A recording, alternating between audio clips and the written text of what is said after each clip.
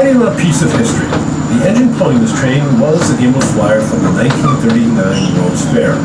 The coaches and the theme of the ride have changed over the years, but it took its first ride here at Kennywood in 1945. When you entered the station, you passed Laugh-In Sal.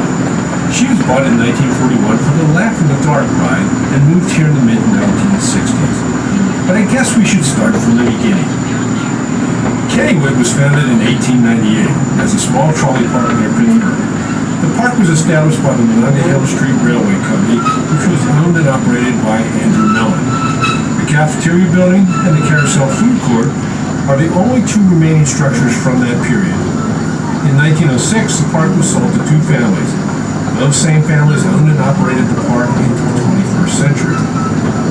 In the early years, visitors enjoyed picnicking under the many trees, taking a leisurely rowboat ride on the lagoon, and watching shows at the bandstand.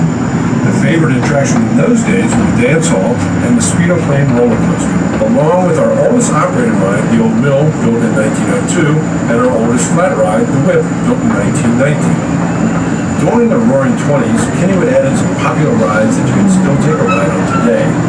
Our merry-go-round was added in 1926. We also went coaster crazy and added 3 coasters designed by John Miller.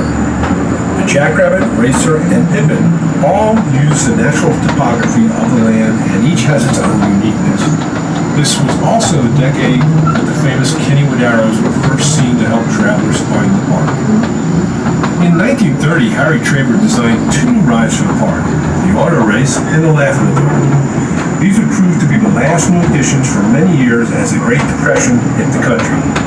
Many parks had to close, but Kennywood survived due to the dedication of our guests and employees.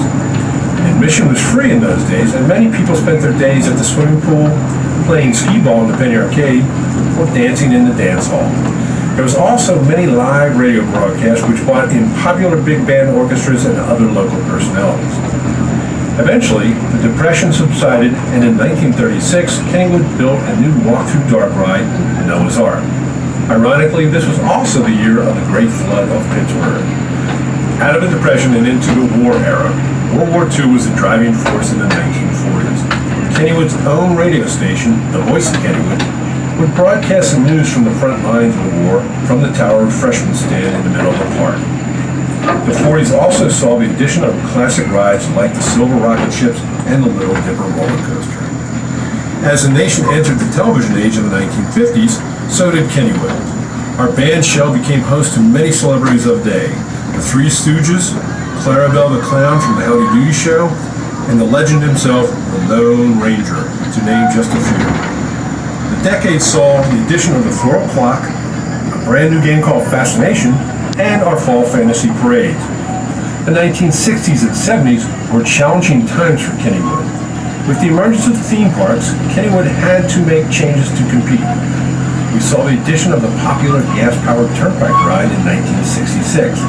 Then in 1967, due to the demand for a new roller coaster and no room to build one, Andy Vettel redesigned the Pippin, creating a more thrilling wooden roller coaster called the Thunderball.